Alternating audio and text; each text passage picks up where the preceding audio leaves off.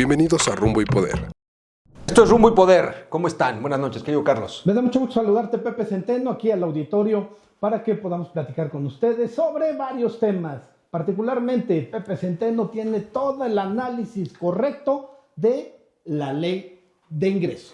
Pues resulta que el gobierno federal, a través de su muy bonita bancada y obediente diputados... De la Cuarta Transformación. Sí, del Partido Verde, del PT y sobre todo de Morena, aprobaron la ley de ingresos que rompe récords en la historia económica de este país. Fíjese, 10.2 billones de pesos, casi 10.2 billones va a tener el gobierno federal para gastar. Eso es el doble prácticamente de lo que ejerció en su último año el presidente Peña Nieto en el 2018. Es decir, este gobierno ha incrementado la cantidad de lana de la que dispone para gastar. Pero no toda es lana, digamos, bien habida, querido Carlos. ¿Cómo? ¿La sacaron del narco? ¿Qué? No, espérate. Bueno, porque con eso de que el autorizaron narco gobierno... 1.7 billones de pesos de deuda, Okay. de deuda interna, y 15,000 millones de dólares de deuda externa. O sea, le vamos a pedir prestado Para completar, dinero a los gringos. pues a quien quiera prestarnos. ¿Y sí somos sujetos de crédito? Todavía, pero cada vez nos cobran más. Es decir, cada vez cuesta más, le cuesta más al presupuesto federal el servicio de la deuda. Pero el gobierno, pues el gobierno siempre está endeudado. Y lo que a mí me importa es que a mí me llegue mi pensión cada mes. Bueno, eso es eso lo más importante. Eso es lo que piensa gente como tú.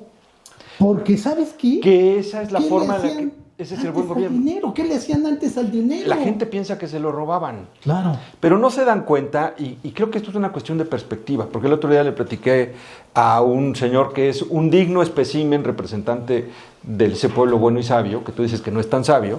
Yo le digo Y- pueblo tonto y mantenido. Y le decía, oiga, es que hoy sus hijas, porque tiene 2 hijas, el señor tiene 85 años, sus hijas, últimas hijas, porque tiene otros, son adolescentes. Y le digo, ¿no le preocupa que ya van a deber casi 160,000 pesos cada una de sus hijas? Solamente de lo que debe el gobierno es lo que le correspondería a ella y al resto de mexicanos. Y me dice, para eso están estudiando, para que puedan pagar. O sea, hay que estudiar para que le pueda pagar. No, es Pero que él cree que va a llegar el gobierno y te va a decir, oye, cállate con los 160,000 pesos que debes de deuda Ajá. del gobierno, ¿no? Y págalos. Y entonces dicen, pues no es tanto, pues le ahorran tantito, chambean 2, 3 añitos y pagan. O sea, si yo ahorita tengo 160,000 pesos, los saco de aquí y voy al SAT. Y les digo, aquí están mis 160,000. De deuda, cancelen mi deuda. ¿Se puede? Y pon tú que 10 millones hacemos lo mismo. ¿Y qué le van a hacer a ese dinero? Y les juntamos 1.6 billones de pesos. Ajá, ok. ¿Tú crees que se va a reducir la deuda externa? Claro que no, la deuda del país. Simplemente el gobierno va a decir que bueno, ya tenemos más para gastar, sigamos gastando. ¿Y entonces a quién le van a dar ese dinero? Te voy a decir en cómo es que tus hijos y los míos y los del señor con el que platicaba van a pagar la deuda. Con un empobrecimiento en los servicios públicos. Porque hay menos dinero para educación, para salud, para inversión en infraestructura, para seguridad pública, para impartición de justicia y para todo lo demás que tiene que hacer el gobierno. ¿Por qué? Porque hay que pagar el servicio de la deuda. Entonces, el día que el pueblo bueno y sabio entienda que tener un presupuesto tan grande y que se lo regalen a la gente a cambio de nada, ese dinero, una parte de ese dinero, lo único que genera son problemas. Porque le resuelve a las familias, y eso de le resuelve yo creo que habría que cuestionarlo, pero bueno, Claro. les ayuda a completar su gasto, pero no resuelve de fondo el problema económico para que el país tenga viabilidad. Porque en el momento en el que tú empiezas a tener menos educación y educación de peor calidad, Más votas por Morena. pues sí, O sea, esa es la ventaja. Mientras más ignorante- A ver, exacto. O sea, perdona que te interrumpa. No, síguele. Pero entre menos educación tienes, eres más ignorante. Entonces eres del pueblo noble, tonto, ignorante, mantenido. entonces digamos ¿Y que al estos gobierno la votos? educación no le importa. Votas por Morena. Ok, entonces, O sea, pero la salud. Bueno, pues la salud te dan tu pensión para que con eso salgas a los similares a comprar tus medicinas. Y si no hay Y de si no, los pues, medicamentos. ya te mueres, Y ¿no? ya, total. La cantidad de los que se mueren y sus familias no alcanzan a quitarle ni un punto en las encuestas a Morena. Por eso. Por lo tanto, es un costo social aceptado porque tiene casi nada de impacto político. Claro. Pero bueno, no solamente viene ese problema de la deuda, también viene un problema que es que necesitan ingresar más dinero por vía de impuestos. Ajá. Entonces, no crearon nuevos impuestos, pero sí le subieron. Y ahora, además, ya nos quitaron el recurso del amparo y ahora ya te pueden quitar tus bienes, ya te pueden incautar tus cuentas y ya no puedes promover un amparo porque el amparo lo que te ayudaba era que se resolviera de fondo el asunto. Sí. Y entonces, y mientras tanto, pues tú pudieras seguir viviendo. Ahora ya no. Ahora ya no. Ahora ya te quitaron el recurso del amparo.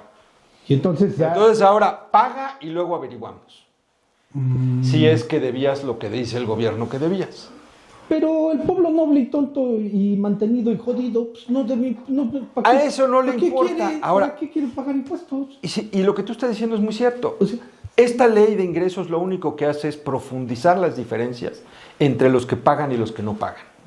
Porque los que pagamos tenemos un enorme resentimiento, un enorme coraje de saber que parte del dinero que le damos al gobierno es para que este gobierno obeso, ineficiente y ladrón le siga dando dinero a un montón de mantenidos para que sigan votando por él y lo sigan manteniendo. O sea, es en un el círculo poder. vicioso. Virtuoso para los de Morena, pero vicioso para los que pagamos.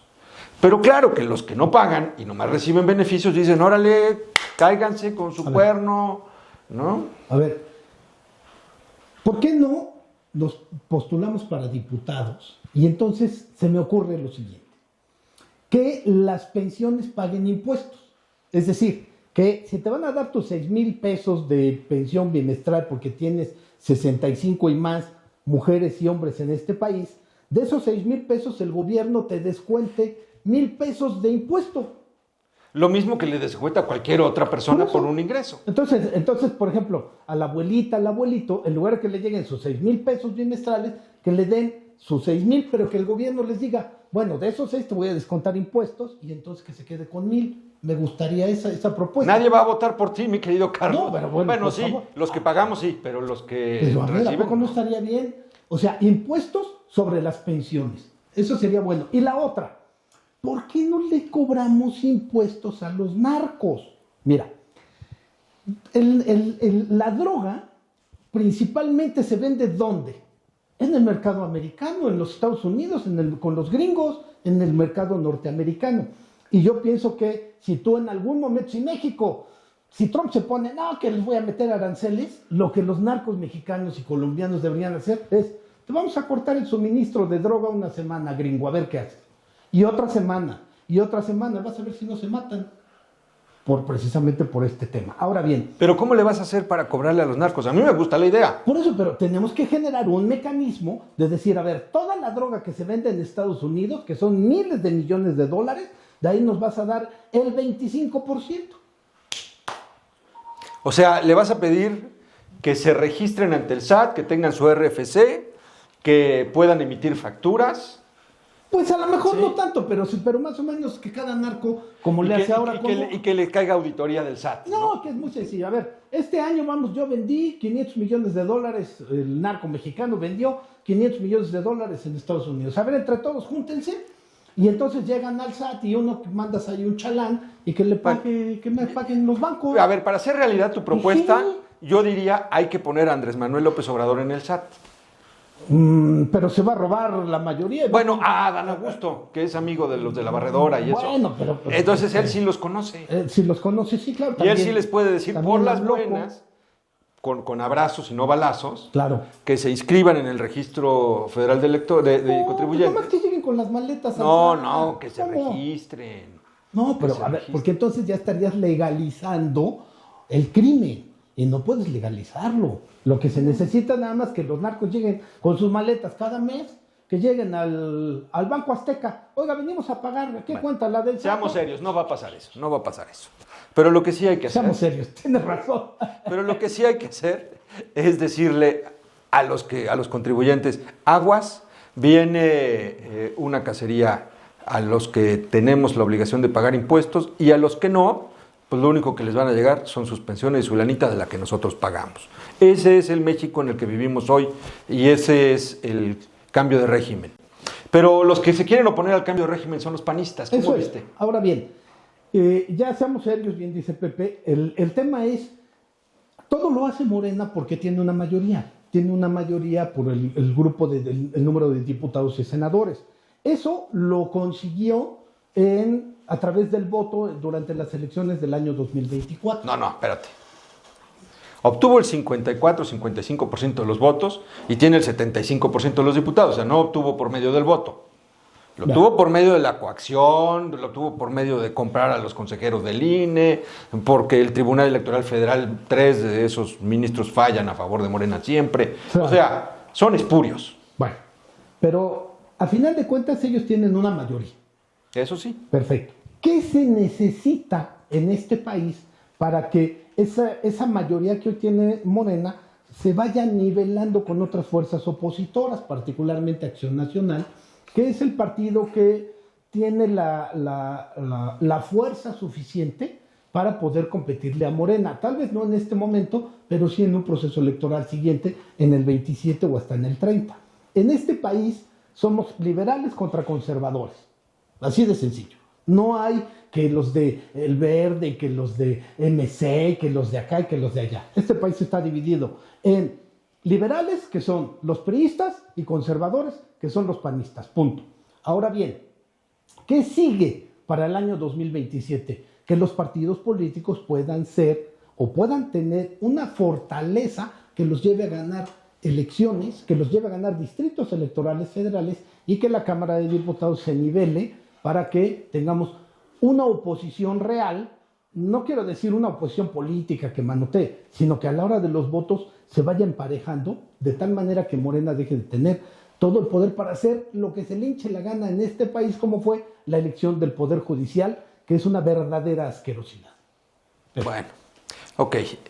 El PAN es, ya lo dijiste, el único partido de oposición legítima.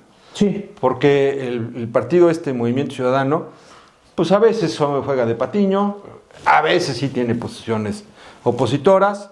Yo no puedo dejar de recordar a este senador del estado de Campeche que por ir a atender a su papi se le olvidó ir a votar la reforma judicial, como era su obligación. Claro. O sea, digamos, en todos los partidos de oposición y también en el Movimiento Ciudadano hay traidores a la patria y traidores a su ideología y traidores al interés de México. Sí, ahora, seguro. Entonces, ¿quiénes son los que históricamente se han opuesto a estas versiones nacionalistas de corte izquierdoso en este país? Pues ha sido el PAN. El PAN, claro.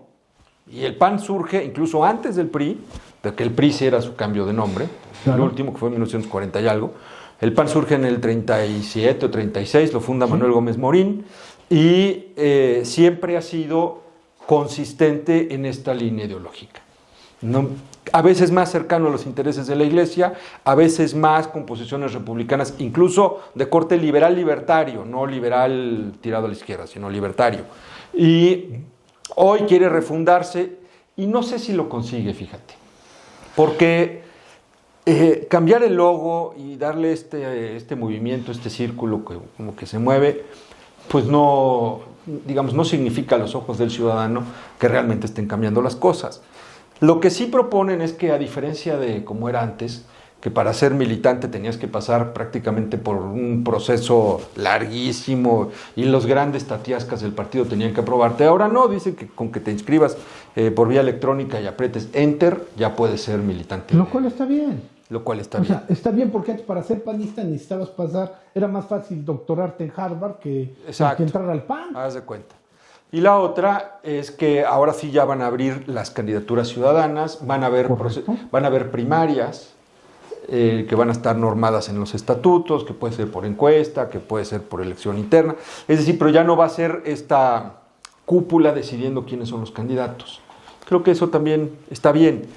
Pero creo que más de fondo, y a lo mejor creo que puede ser un error, el decir que ya no van a hacer alianzas. No sé, a ver, a mí sí me hubiera gustado ver a los naranjas y a los azules juntos, enfrentando en el 27 a la maquinaria de Morena. A mí sí me gustaría. Sí.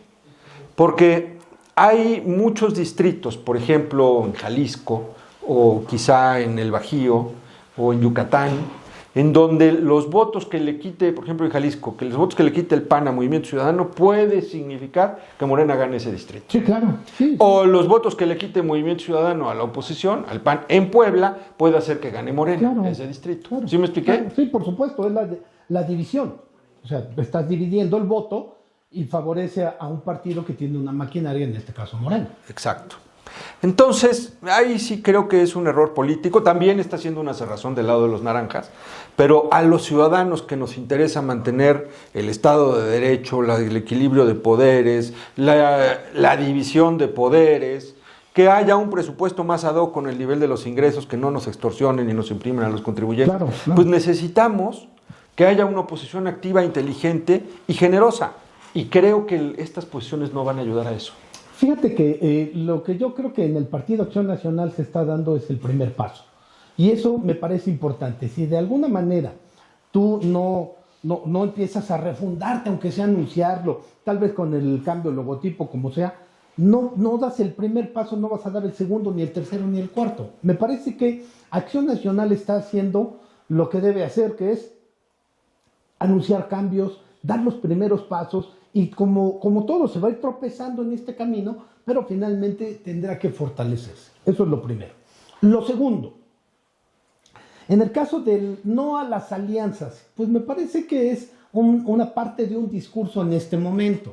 Vamos a ver si las alianzas en algún momento sí se consolidan ya a finales del año 2026, que es cuando ya empieza a formarse ya y a legitimarse y sobre todo a inscribirse ante los órganos electorales. Puede ser. Todavía, digamos, falta un año. Sin embargo, en el discurso es no a las alianzas.